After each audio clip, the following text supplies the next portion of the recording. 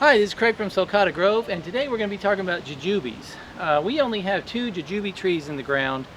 They are the same variety. It's the Indian Giant Jujube, and these have fruits that are uh, they're oblong, but about maybe about the size of a ping pong ball. And they fruit in the winter, which is nice down here. They taste a lot like an apple if you eat them when they're just starting to ripen. It tastes almost like a Granny Smith apple. They're very crisp and very delicious. The tree itself, the giant jujube is mostly thornless. It has a couple of little thorny pieces left. The smaller jujube, which is often used as a rootstock for this one, is extremely thorny. So if you do get one and it starts getting a lot of thorns, it might be coming up from your rootstock. Or a lot of people also grow the smaller ones, but they're very tiny. And they're more eaten like dates than Yeah, the big it's one. more like a date, and I don't like them as much. But these are really nice. Again, it gives you some winter fruit. The tree will get, you can see this one's about maybe 12 feet high right now. They will get up to about 20, 25 feet. It's a bushy tree. It's not a really big, tall tree.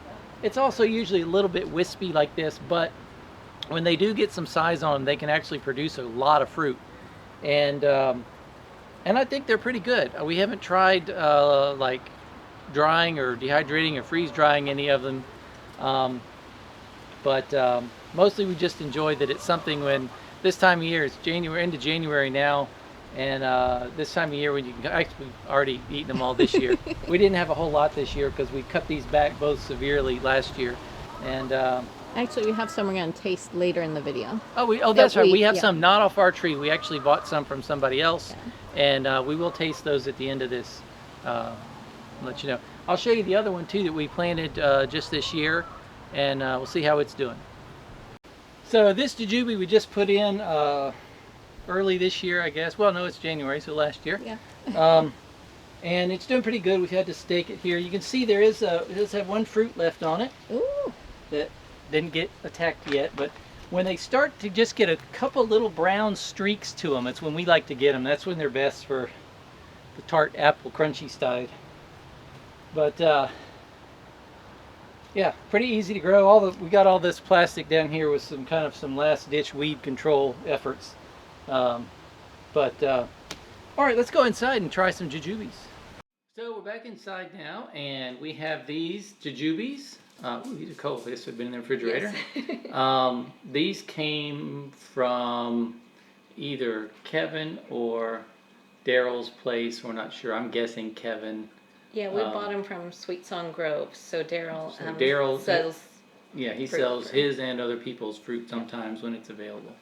So you can see this is what I was kind of talking about with some of the little bit of the brown stippling. So this one is approaching ripeness. The greener ones are pre-ripe, but Still really good. so we're going to start with one of these just all green ones.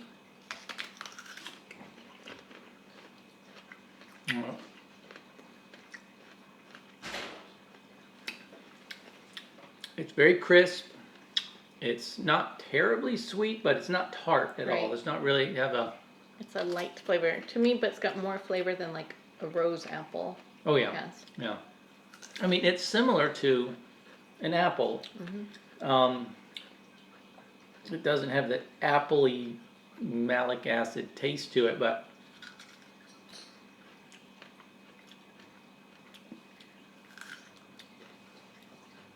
and if you've ever had an underripe apple is super tart, and it's not that at all. It's like the only crunchy fruit in our yard, I feel like, which makes it really unique. And it's the only fruit pretty much this time of year. I mean, there's some sapodillas, dragon fruit, I mean, two left. it's sweet, but not overly sweet. And there's the seed. But it's good. It's there's nothing that you would jump out and say tastes like this or this. There's not a lot of flavor to it. It's a juicy, crisp, slightly sweet fruit. I guess if you had to closest to something, I would say apple, but But it's, and again, the advantage is you get some winter fruit, and it produces a lot of it. It's low maintenance tree, and doesn't take a lot of space. All right, I'm gonna try one of these now that's it's a little bit closer ripe.